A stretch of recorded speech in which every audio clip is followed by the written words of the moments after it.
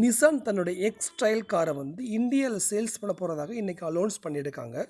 இந்த X trial காரானது ஜப்பான்லேருந்து டைரெக்டாக import பண்ணி, அதாவது சிபியு மெத்தடில் இம்போர்ட் பண்ணி வெறும் 2500 காரு மட்டுமே சேல்ஸ் பண்ண போகிறாங்க. இன்ஜினை பொறுத்த வரைக்கும் 2 ஆப்ஷன்ஸில் இருக்கலாம். 1.5 நார்மல், 2 லிட்டர் டர்போ. காரோட ஃப்ரண்ட் லுக்கு பார்த்தீங்கன்னாக்கும் ட்வின் ஹெட் லேம்பும் அதோடு தன்னோட ரேடியேட்டுக்குள்ளான பா ஷேப்பும் ஃப்ரண்ட் லுக்கும் இருக்கும். ரியர் லுக்கு பார்த்தீங்கன்னா நார்மலாக 2 எல்இடி லைட்டோட அஸ்யூஷுவல் நார்மலான ஒரு நிசான் காராகவே இருக்கும்.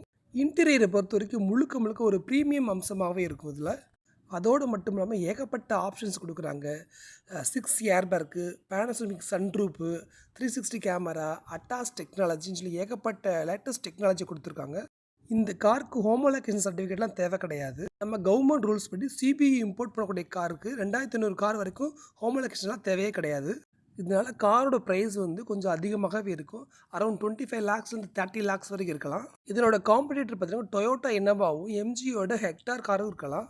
மேக்னெட் மட்டும் ஒரே ஒரு கார் மட்டும் தான் இந்தியாவில் இப்போ சேல்ஸ் பண்ணுறாங்க. இதனோட ஃபேஸ் லிஃப்ட் கூட சிமிலராக வந்து எக்ஸ்டைல் போலவே இருக்கும். அது ஏற்கனவே ஸ்பை இமேஜ் வந்து அப்படி தான் இருக்குது. எது எப்படியோ எக்ஸ்டைலை வச்சு இந்தியாவில் ட்ரையல் பண்ணி பார்க்குறாங்க. நிசானோட ஸ்ட்ராட்டஜி பழிக்குதான்னு பார்க்கலாம்.